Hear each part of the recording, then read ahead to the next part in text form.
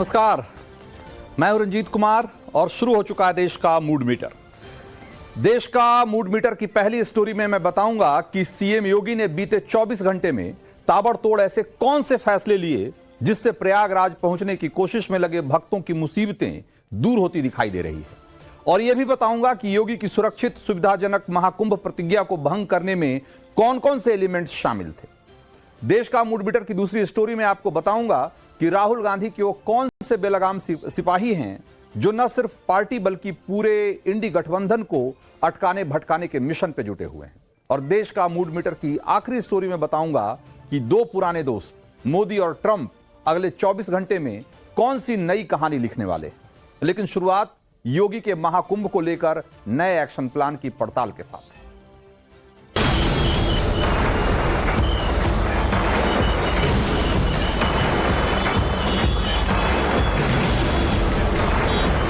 आगे बढ़ते रहे, वाहन चला बढ़ाते रहे गाड़ियों को।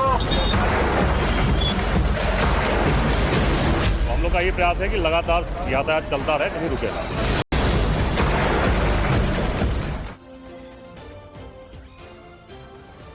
तो यूपी के मुख्यमंत्री योगी आदित्यनाथ ने महाकुंभ को सफल बनाने के लिए अपनी जी जान लगा दी है और एक एक चीज पर खुद नजर रख रहे हैं।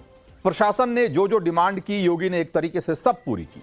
यानी योगी आदित्यनाथ महाकुंभ में आने वाले करोड़ों श्रद्धालुओं की सुविधा के लिए जो कर सकते थे उन्होंने सब किया। तभी तो 45 करोड़ श्रद्धालु अब तक त्रिवेणी संगम में पवित्र स्नान करने का सौभाग्य प्राप्त कर चुके हैं।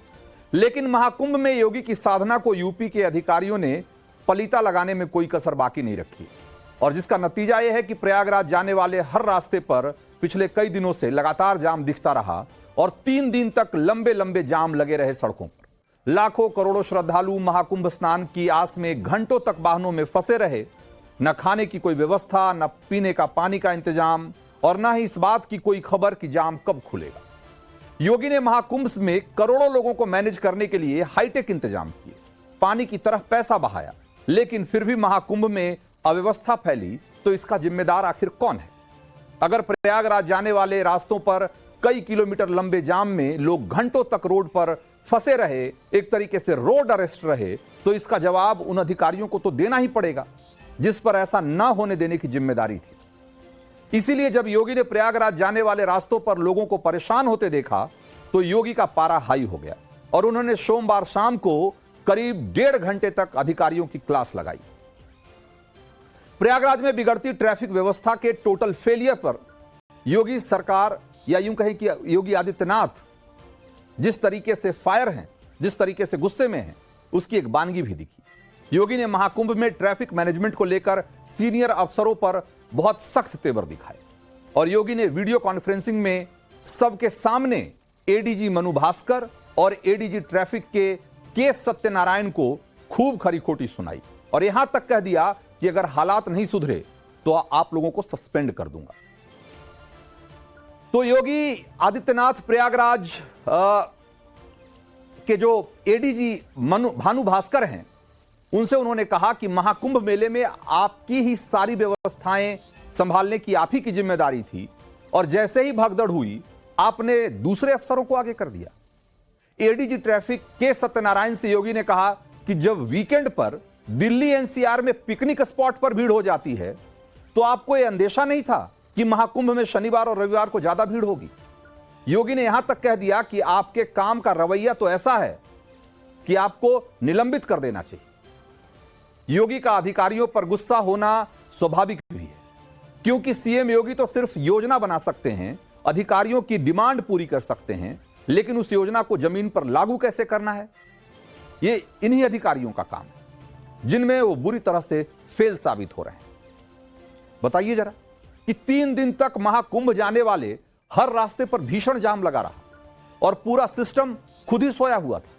महाकुंभ में लोगों की भीड़ और मिसमैनेजमेंट पर अखिलेश यादव ने क्या सवाल उठाया और सीएम योगी ने उसका क्या जवाब दिया, जरा एक बार सुनिए आप। मैं चाहता हूं जिस स्नान के लिए प्रधानमंत्री गए हो, देश के राष्ट्रपति गए हो, उपराष्ट्रपति गए हो, मंत्री गए हो, क्या यही विकसित भारत की तस्वीर होगी जिसमें आप ट्रैफिक मैनेज नहीं कर पा रहे हैं आप। हर शहर में यह कहा गया कि कोई शहर से निकले नहीं, सब के सब वहीं पर रुक जाएं, आगे नहीं जा सकते, दर्शन नहीं कर सकते। अगर ये सच्चाई नहीं है, सभापति महोदय, सब बॉर्डर सील हुए हैं, जितना भारत के लोग सब बॉर्डर सील हुए हैं, और फिर चांद पर पहुंचने का क्या फायदा जब जमीन की समस्याएं न दिखती हों आपको। कुंभ में तो हर व्यक्ति आएगा, वहां तो किसी के साथ कोई भेदभाव नहीं है, न जाति का भेद है, न पंथ का भेद है, न क्षेत्र का भेद है, न भाषा का भेद है। पूरा देश आ रहा है और 29 दिन में 45 करोड़ श्रद्धालु अब तक वहां स्नान कर चुका है। ये नकारात्मकता फैलाने वाले वही लोग हैं जिन्होंने जीवन भर वीवीआईपी ट्रीटमेंट लिया है, सरकार की वीवीआईपी सुविधाओं का उपभोग किया है। तो विपक्षी सवाल इसलिए उठा पा रहे हैं क्योंकि महाकुंभ के मैनेजमेंट के लिए योगी ने जिन अधिकारियों पर भरोसा किया, उन्होंने ही एक तरीके से इसको सीरियसली नहीं लिया। लेकिन योगी महाकुंभ में कोई भी अव्यवस्था बर्दाश्त करने के मूड में न पहले थे और न अभी हैं। इसीलिए योगी ने अब अपनी नई टीम को महाकुंभ में उतार दिया है और योगी आदित्यनाथ ने 28 आईएएस, आईपीएस और पीसीएस अधिकारियों को प्रयागराज भेजा है, स्पेशल ड्यूटी पर भेजा है, जो 12 फरवरी को होने वाले माघ पूर्णिमा स्नान को अच्छे से संपन्न कराने के लिए उन्होंने एक तरीके से उनको तैनात किया है। और इसी सिलसिले में एसटीएफ के चीफ अमिताभ यश को भी महाकुंभ में उतारा गया है और योगी का ऑर्डर एकदम क्लियर है कि ट्रैफिक मैनेजमेंट में कहीं कोई कमी नहीं रहनी चाहिए, वाहनों के लिए पार्किंग व्यवस्था एकदम दुरुस्त रहे ताकि किसी भी तरह के जाम की स्थिति का सामना न करना पड़े। माघ पूर्णिमा स्नान पर मौनी अमावस्या की तरह कोई मिसमैनेजमेंट नहीं होना चाहिए। योगी ये बातें पहले भी कह चुके हैं कि एक एक श्रद्धालु की सुरक्षा उनकी जिम्मेदारी है। यानी योगी एक बार फिर महाकुंभ में फुल एक्टिव हैं और श्रद्धालुओं को होने वाली असुविधा को लेकर जीरो टॉलरेंस की नीति का ऐलान कर चुके हैं और जिसका असर अब जमीन पर दिखाई दे रहा है। प्रयागराज आने जाने वाले रास्तों पर धीरे धीरे जाम कम हो रहा है और प्रयागराज में भी व्यवस्थाएं अब थोड़ी ठीक होती दिखाई दे रही। वाराणसी प्रयागराज हाईवे पर कल तक कई किलोमीटर लंबा जाम था, आज वहां के हाल क्या हैं जरा एक बार आप भी देखिए। इस वक्त हम मौजूद हैं वाराणसी प्रयागराज हाईवे पर, जहां से संगम की दूरी 10 से 12 किलोमीटर की है। बीते 2 दिनों से तस्वीरें निकल के सामने आ रही थी, जाम की, भीषण जाम की तस्वीरें निकल कर आ रही थी, जहां पर गाड़ियों की लंबी कतार दिख रही थी। लेकिन फिलहाल अभी जो स्थिति बीते 2 दिनों से थी, उस तरीके की हालात जो है यहाँ पे नजर नहीं आ रहे हैं। लेकिन गाड़ियों को यहीं से मूव कर दिया जा रहा है, टर्न करके यहीं पर अस्थायी जो पार्किंग बनाई गई है वहीं पर इन गाड़ियों को पार्क कर दिया जा रहा है, जिसके चलते शहर के अंदर जो ट्रैफिक व्यवस्था है वो सामान्य रूप से नजर आ रही है। इसके बाद के पॉइंट के आगे से जाने नहीं दिया जा रहा है किसी भी गाड़ी को। आप देख सकते हैं बिहार की गाड़ी यहाँ पर नजर आ रही होगी, झारखंड की जो गाड़ियां हैं वो यहाँ पर है, वेस्ट बंगाल की गाड़ियां जो है वो यहाँ पर मैंने तमाम इन रूटों से आने वाले जो श्रद्धालु हैं अपने निजी वाहनों से आ रहे हैं, उनको अस्थायी जो पार्किंग यहाँ पे बनाई गई है वहीं पे इन गाड़ियों को पार्क किया जा रहा है। तो 3 दिन तक प्रयागराज जाने वाले जिन रास्तों पर सिर्फ महाजाम था, वहां अब जाम खुल रहा है और इसीलिए सवाल तो ये बनता है कि अगर आज ये हो सकता है तो पिछले 3 दिनों से क्या पूरा सिस्टम नींद की गोली खाकर सो रहा था? जो काम सीएम योगी की फटकार के बाद अधिकारी कर रहे हैं वो अगर उन्होंने पहले कर लिया होता तो लोगों को इतनी फजीहत, इतनी परेशानी का सामना नहीं करना पड़ता। देश का मूड मीटर में अब रुख करते हैं अगली स्टोरी का। दिल्ली विधानसभा चुनाव में आम आदमी पार्टी की करारी हार पर कांग्रेस नेताओं की प्रतिक्रियाएं आपको याद होंगी। दिल्ली में लगातार तीसरे विधानसभा चुनाव में कांग्रेस का खाता नहीं खुला, लेकिन कांग्रेस के बड़े बड़े नेता इस हार पर भी खुश थे और दिल्ली के चुनावी नतीजों पर प्रतिक्रिया दे रहे थे कि कांग्रेस ने आप से यानी कि आम आदमी पार्टी से चुनावी बदला ले लिया है। लेकिन 4 दिन बाद कांग्रेस के मुस्लिम नेता राशिद अल्वी ने जो बयान दिया है वो चौंकाने वाला है। अब राशिद अल्वी कह रहे हैं कि दिल्ली चुनाव में कांग्रेस ने जो किया उससे भारत के मुसलमानों में गलत मैसेज गया है। पहले राशिद अल्वी का पूरा बयान आपको सुनवाते हैं, फिर बात करेंगे कि उनके बयान के मायने क्या हैं। दिल्ली के अंदर जो कुछ हुआ है उससे खास तौर से मुसलमानों के अंदर एक बहुत चिंता का विषय है। हमने बड़ी मुश्किल से मुसलमानों को बाबरी मस्जिद के बाद कांग्रेस के साथ लेकर आए हैं। दिल्ली के इस चुनाव ने मुसलमानों को सोचने पर मजबूर कर दिया है कि दिल्ली का चुनाव भारतीय जनता पार्टी हमारी वजह से जीती है। हाँ, तो अब समझने की कोशिश करिए कि राशिद अल्वी आखिर कहना क्या चाह रहे हैं। वो कांग्रेस को, मुसलमानों को छिटकने का डर दिखा रहे हैं या फिर आरोप लगा रहे हैं कि कांग्रेस बीजेपी की बी टीम की तरह काम कर रही है। राशिद अल्वी का यह बयान इसलिए चौंका रहा है क्योंकि कांग्रेस दिल्ली में इस बार भी भले एक सीट नहीं जीत पाई, लेकिन उसका वोट परसेंटेज 2% बढ़ा है और इसे दिल्ली में कांग्रेस के रिवाइवल के एक छोटे संकेत के तौर पर देखा जा रहा है। लेकिन अल्वी इसके ठीक उलट बयान दे रहे हैं। उन्होंने यहां तक कह दिया कि कुछ लोग कांग्रेस को ओवैसी की पार्टी की तरह बनाना चाहते हैं और यह बेहद चौंकाने वाला आरोप है। सुनिए जरा एक बार फिर से अल्वी। कुछ लोग चाहते हैं कि हमें भी ओवैसी बना दें, लेकिन कांग्रेस पार्टी अकेली पार्टी है जो देश के अंदर भारतीय जनता पार्टी को अपने तमाम जो साथी हैं, जो पार्टनर्स हैं, उनके साथ मिलके शिकस्त दे सकती है, हरा सकती है। तो राशिद अल्वी का आरोप बड़ा है और वो सीधे सीधे आरोप लगा रहे हैं कि कांग्रेस को उसकी विचारधारा के मुताबिक नहीं चलाया जा रहा। अगर ऐसा है तो निशाने पर कांग्रेस आला कमान भी है और गांधी परिवार भी। दिल्ली चुनाव नतीजों के बहाने राशिद अपनी पार्टी के रवैये को लेकर जो कुछ कह रहे हैं उसमें तल्खी है, अल्टीमेटम है और बहुत हद तक कांग्रेस के अंदर होने वाली अल्पसंख्यक सियासत को लेकर नाराजगी भी। वो जिस अंदाज में बयान दे रहे हैं उसमें मुस्लिम वोट बैंक को भी साफ मैसेज है कि अगर यही हाल रहा तो मुसलमानों को कांग्रेस के विकल्प की तलाश करनी होगी, क्योंकि कांग्रेस अपने बूते उसके लिए कुछ भी करने की स्थिति में नहीं है।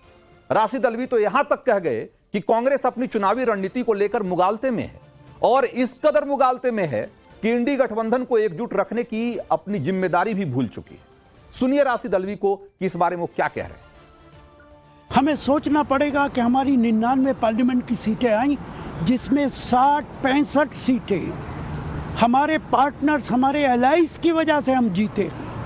मुझे नहीं मालूम कि ये किस तरीके से हुआ है। हाईकमान को इस पे पूरा विचार करना पड़ेगा और भारतीय जनता पार्टी को अगर हराना है तो इंडिया को मजबूत करना पड़ेगा, हमें अपने एलाइज की इज्जत करनी पड़ेगी और उनके साथ चुनाव लड़ना पड़ेगा। तो पहले मुसलमानों की अनदेखी का आरोप और अब इंडी गठबंधन के सहयोगियों की अनदेखी का आरोप। राशिद कांग्रेस पर जिस अंदाज में हमलावर हैं उसमें वो अपनी पार्टी के बचाव की जगह गठबंधन के पार्टियों के आरोपों पर एक तरीके से मुहर लगा रहे हैं। समाजवादी पार्टी जैसी इंडी गठबंधन की पार्टियां पहले भी कहती रही है कि कांग्रेस की जीत में असली भूमिका तो उनकी रही है और राशिद अल्वी उनके बयानों पर एक तरीके से मुहर लगा रहे हैं कि कांग्रेस को जो 99 सीटें मिली थी उसमें 65 सीटें तो सहयोगियों की बदौलत मिली। राशिद एक तरह से यह भी कबूल कर रहे हैं कि बीजेपी को टक्कर देने में इंडी गठबंधन अगर कामयाब नहीं हो पा रहा है तो उसके पीछे कांग्रेस का मौजूदा रवैया है। इसका मतलब दिल्ली में केजरीवाल के खिलाफ राहुल गांधी के प्रचार पर भी वो सवाल उठा रहे हैं और अब पंजाब में आम आदमी पार्टी की सरकार गिराने के कांग्रेस नेताओं के दावों पर भी। लेकिन बड़ा सवाल तो यह भी है कि गठबंधन धर्म पर अपनी ही पार्टी को घेरते वक्त राशिद अल्वी क्यों भूल गए कि दिल्ली में केजरीवाल ने ही कांग्रेस से चुनावी गठबंधन के लिए मना किया था, न कि कांग्रेस ने। हरियाणा में आम आदमी पार्टी ने ही उम्मीदवार उतारकर कांग्रेस के लिए मुश्किल खड़ी कर दी थी और आम आदमी पार्टी के उम्मीदवारों की वजह से हरियाणा में कांग्रेस को 7 सीटों पर सीधे सीधे हार का सामना करना पड़ा था। राशिद अल्वी ने अपना मुंह तब नहीं खोला जब इंडी गठबंधन के सहयोगी कांग्रेस के खिलाफ बोल रहे थे। पश्चिम बंगाल की सीएम ममता बनर्जी ने बंगाल विधानसभा चुनाव अकेले लड़ने का ऐलान कर दिया था और जम्मू कश्मीर के सीएम उमर अब्दुल्ला और महाराष्ट्र में कांग्रेस की सहयोगी पार्टी शिवसेना यूबीटी ने और उनके नेता संजय राउत ने दिल्ली चुनाव के नतीजों को लेकर जो कांग्रेस को घेर रहे हैं, तब भी राशिद अल्वी ने उस पर कोई सवाल नहीं किया। वो जो कह रहे हैं कि इंडी गठबंधन को तोड़ देना चाहिए। ऐसे में सवाल यह भी है कि क्या राशिद अल्वी कांग्रेस आला कमान को एक डर दिखा रहे हैं कि इंडी गठबंधन टूटा तो सबसे बड़ी मुश्किल कांग्रेस के लिए खड़ी होगी। इन सारे बयानों पर कांग्रेस अध्यक्ष मल्लिकार्जुन खड़गे का जवाब सामने आ चुका है और उन्होंने बयान दिया है कि जो हो गया सो हो गया, अब आगे ध्यान देंगे। तो मल्लिकार्जुन खड़गे ने गठबंधन को लेकर आगे ध्यान देने का बयान तो दे दिया, लेकिन सवाल वही है कि क्या दिल्ली चुनाव के नतीजों के बाद सहयोगी पार्टियों को साधना कांग्रेस के लिए आसान होगा? कांग्रेस खुलकर मानेगी कि गठबंधन धर्म निभाने में उससे चूक हुई है, उससे गलती हुई है? गठबंधन की सियासत को लेकर कांग्रेस के बड़े नेताओं में जो कंफ्यूजन की स्थिति है या रही है वो अब दूर हो चुकी है?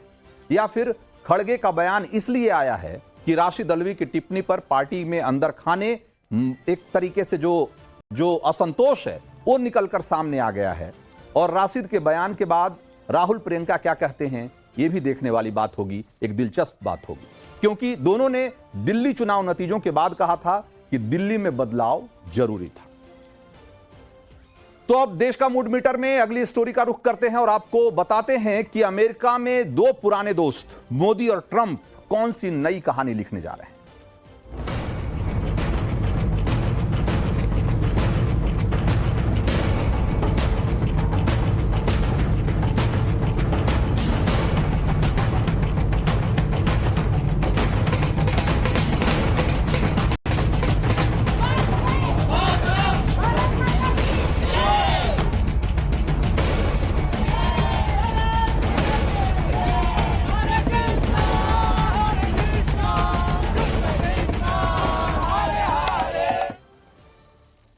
तो प्रधानमंत्री नरेंद्र मोदी फ्रांस की यात्रा पर हैं और यहां से वो अमेरिका की यात्रा पर जाएंगे।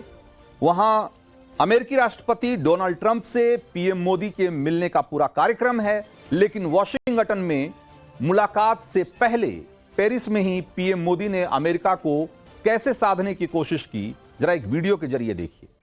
क्या गर्मजोशी से फ्रांस के राष्ट्रपति इमैनुअल मैक्रों पीएम मोदी से मिलते हैं राष्ट्रपति भवन में, उनका स्वागत करते हैं, ये उसकी तस्वीरें, और फिर अपने साथ ही पीएम मोदी को राष्ट्रपति भवन के अंदर ले जाते हैं जहां पहले से ही मौजूद हैं अमेरिका के उपराष्ट्रपति जेडी वांस। और मैक्रो मोदी और वांस की मुलाकात करवाते हैं, एक दूसरे को इंट्रोड्यूस करवाते हैं। प्रधानमंत्री मोदी अमेरिकी उपराष्ट्रपति की तरफ मुखातिब होकर उन्हें चुनाव में जीत की बधाई देते हैं और साथ में यह भी कहते हैं कि ग्रेट ग्रेट विक्ट्री। सुनिए जरा। Welcome, Mr. Vice President. How are you? So much. It's a beautiful place. Thank you for being here. It's great to be here. Mr. Modi, wonderful. Congratulations. Thank you so much. It's so nice to see you. Great victory. Yes. Yes. Welcome, Mr. Vice President. How are you? So much. It's a beautiful place. Thank you for being here. It's great to be here. Mr. Modi, wonderful. Congratulations. Thank you so much. It's so nice to see you. Great victory. Yes. Yes. तो great great victory. Donald Trump और JD वांस make America great again के नारे के साथ चुनाव जीतकर America की सत्ता में आए और उनसे पहले ही मुलाकात में मोदी ने उन्हीं के नारे की याद दिला दी एक तरीके से। लेकिन अब सवाल यह है कि मोदी के अमेरिका दौरे से भारत को क्या हासिल होने वाला है और क्या टैक्स पर टैक्स लगाने के मिशन में लगे ट्रंप के साथ भारत के फायदे वाला कोई करार होने की संभावना है? तो सबसे पहले जान लीजिए कि अमेरिका और भारत ट्रेड वॉर में नहीं उलझने वाले, क्योंकि ये दोनों देशों के फायदे में नहीं है। मोदी से मुलाकात से पहले डोनाल्ड ट्रंप ने स्टील और एल्यूमिनियम पर 25% टैरिफ लगाया। जब ये टैरिफ लगाया गया तो ये कहा गया कि हिंदुस्तान के लिए एक बड़ा झटका है, लेकिन असल में ट्रंप के इस फैसले के टारगेट पर हिंदुस्तान नहीं है बल्कि अमेरिका का पड़ोसी मुल्क कनाडा है, क्योंकि कनाडा में ही सबसे ज्यादा मेटल्स एक तरीके से कनाडा से अमेरिका एक्सपोर्ट किया जाता है और वो अमेरिकी बाजारों में पहुंचता है, जिससे कनाडा को बहुत मोटी कमाई होती है और अमेरिका को नुकसान होता है। पिछले साल अमेरिका में आयातित एल्युमिनियम का 50% से अधिक हिस्सा अकेले कनाडा से आया था, यानी कि अमेरिकी बाजारों में जितना एल्युमिनियम पहुंचा उसका 50% अकेले कनाडा से गया था। यहां तक कि अमेरिका को स्टील या उसके प्रोडक्ट एक्सपोर्ट करने वाला जो टॉप 5 देश है, हिंदुस्तान उसमें भी शामिल नहीं है। इसलिए जो 25% टैरिफ लगाया गया है स्टील और एल्यूमिनियम पर, उसका बहुत बड़ा इंपैक्ट भारत पे नहीं पड़ेगा, या इस टैरिफ के निशाने पे भारत नहीं है बल्कि वो देश हैं जो कि बड़ी मात्रा में स्टील और एल्युमिनियम के प्रोडक्ट अमेरिकी बाजारों में एक तरीके से डंप करते हैं। इसीलिए यह भी कहा जा रहा है कि शेयर बाजार को ट्रंप के फैसले से झटका जो लगा वो तात्कालिक है, वो एक क्षणिक है और रिकवरी भी उतनी तेजी से हो जाएगी। अब सवाल यह है कि तब ट्रंप के हर फैसले को भारत के खिलाफ बताना क्या कहीं ये एंटी इंडिया एजेंडा तो नहीं है? अब ये समझिए कि अगर Donald Trump make America great again के नारे के साथ आगे बढ़ रहे हैं तो मोदी का एजेंडा भी बहुत क्लियर है। और वो एजेंडा क्या है कि भारत को विकसित राष्ट्र बनाना, 2047 तक भारत को विकसित देशों की कतार में ला खड़ा करना। और इस बार अमेरिकी यात्रा मोदी के उसी एजेंडे को आगे बढ़ाते हुए दिख रही है। और इस यात्रा के 5 मजबूत पिलर हैं। पहला तो यह है कि एनर्जी इंपोर्ट को लेकर दोनों देशों में कुछ महत्वपूर्ण करार हो सकते हैं। दरअसल ट्रंप आरोप लगाते रहे हैं कि भारत के साथ ट्रेड इंबैलेंस बहुत ज्यादा है और यह एक फैक्ट भी है। इसीलिए भारत अगले कुछ महीनों में अमेरिका से 11 यानी कि $11 बिलियन से ज्यादा का एनर्जी प्रोडक्ट इंपोर्ट करने वाला है, ताकि चूंकि भारत कहीं ना कहीं से ईंधन मंगाता ही है, फ्यूल मंगाता ही है, पेट्रोलियम मंगाता ही है, तो अगर ट्रेड इंबैलेंस को कम करना है तो उसने अमेरिका से मंगाने का फैसला किया है। इसमें प्रमुख तौर पर एलएनजी का इंपोर्ट होगा, जो लिक्विफाइड नेचुरल गैस होता है उसका इंपोर्ट होगा, जो कि आप जानते हैं ईंधन के तौर पर इस्तेमाल किया जाता है। ट्रंप अमेरिकी एनर्जी प्रोडक्शन और एक्सपोर्ट को लेकर कितने उत्साहित हैं वो इसके लिए आप पहले भी, जैसा कि आपने देखा होगा, उनके इनॉग्रल स्पीच में ही उन्होंने कहा था, एक नारा दिया था, ड्रिल बेबी ड्रिल। यानी कि उनका मैसेज बिल्कुल क्लियर था अमेरिकी कंपनियों के लिए, पेट्रोलियम कंपनियों के लिए, कि ज्यादा से ज्यादा अपने यहां पेट्रोलियम का प्रोडक्शन करो और इसके लिए जितना भी ड्रिल करने की जरूरत है, जितने तेल के कुएं खोदने की जरूरत है, बिल्कुल खोद सकते हो, किसी तरह का कोई रिस्ट्रिक्शन नहीं। तो इस यात्रा का जो दूसरा स्तंभ है वो है डिफेंस इंपोर्ट। मोदी इस विजिट पर अमेरिका के साथ फाइटर जेट के इंजन की डील भी कर सकता है।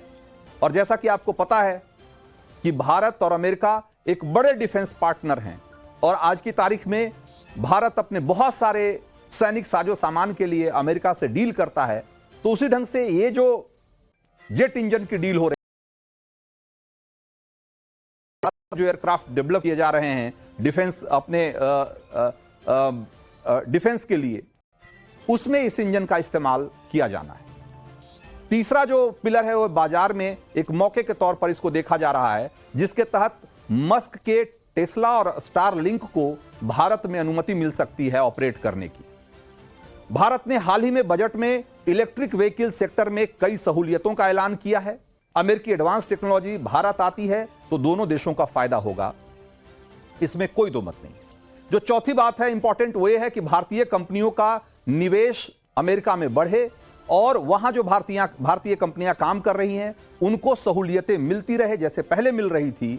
ये इस बार के दोनों देशों के बीच जो समझौते होंगे उसमें ये मुद्दा भी शामिल होगा। और पांचवां है रणनीतिक आर्थिक सहयोग, जिसके तहत चीन के साथ अमेरिकी तनातनी के बीच भारत में अमेरिकी निवेश कैसे ज्यादा से ज्यादा बढ़ाया जाए और निर्माण और यानी कि मैन्युफैक्चरिंग और सर्विस सेक्टर में दोनों देशों के बीच कैसे ज्यादा कोऑपरेशन बढ़े। इसमें सोलर सेक्टर से लेकर इंश्योरेंस सेक्टर तक सारे सेक्टर शामिल हैं, जहां दोनों देशों के बीच बेहतर तालमेल बन सकता है। तो डोनाल्ड ट्रंप अच्छी तरह जानते हैं कि भारत आज की तारीख में अमेरिका के लिए बहुत जरूरी है और अमेरिकी आर्थिक तरक्की और सामाजिक ताने बाने में भारतीयों की बहुत बड़ी भूमिका है। इसलिए तमाम अपने योजनाओं के बावजूद और मेक अमेरिका ग्रेट अगेन के नारे के बावजूद वो भारत के साथ एक बेहतर संबंध बनाने की दिशा में लगातार काम करते रहेंगे और प्रधानमंत्री मोदी का यह दौरा निश्चित रूप से इसे सुनिश्चित करने वाला है। तो आज देश का मूड मीटर में वक्त इतना ही था। मुझे दीजिए इजाजत। ब्रेक के